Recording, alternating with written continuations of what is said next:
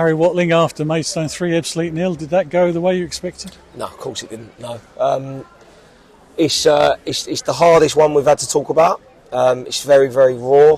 I need to really take stock and assess. There's too many wounds to lick. After that, I have to be honest, they wanted it more than us. It wasn't anything to do with tactics and formations and anything like that. It was from the very first kick of the game. When the ball bounced, it was a yellow before a red, and every time it was a yellow shirt before a red shirt. Every time, all over the park. It's an outrageously ridiculous decision to give, which is give for the first goal, which obviously puts you on the back foot. But listen, as bad as the officials were today, you can't blame them for that. That's completely on us. You said there were a lot of wounds to lick. Were they self-inflicted? Completely. I'll talk about shooting yourself in the foot. There's shooting yourself in the foot, and then there's just blowing your leg off.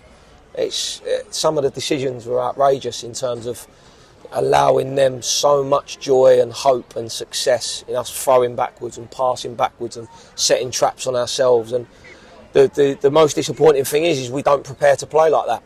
We don't prepare to play like that during the week. Again, we've had a really positive week in terms of build up on the pitch, coming to arrive into the game, trying to be front foot. But from the first kick of the ball, take centre, we go backwards.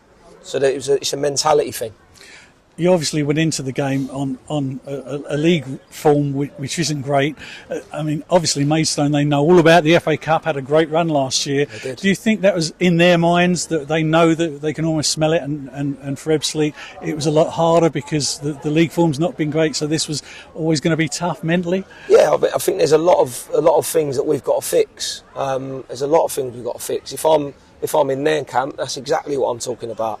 And I'm harping back probably to last season in terms of the run that they've had, and they need to latch on to that.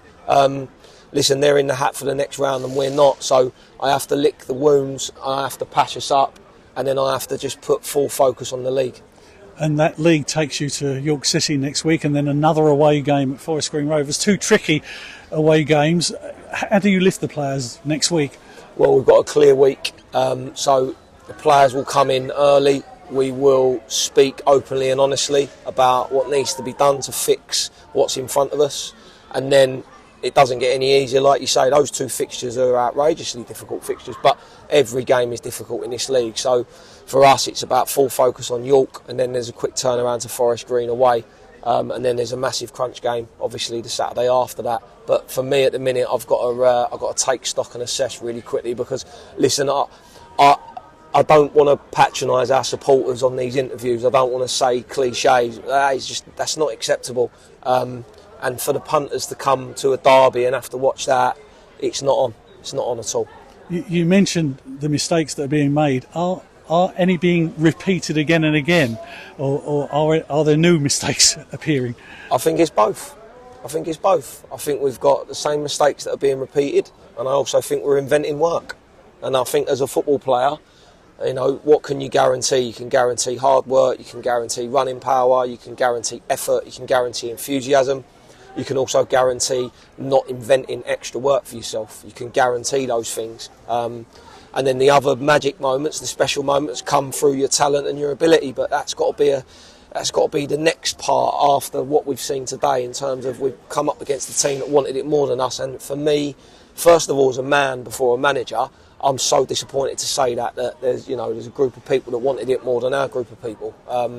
And that's why I go back to what I'm saying about being disappointed in the fact that our fans have come here today, hoping to see a performance from their team, and they haven't got it. So I have to apologise for that. Harry, thanks for speaking to us.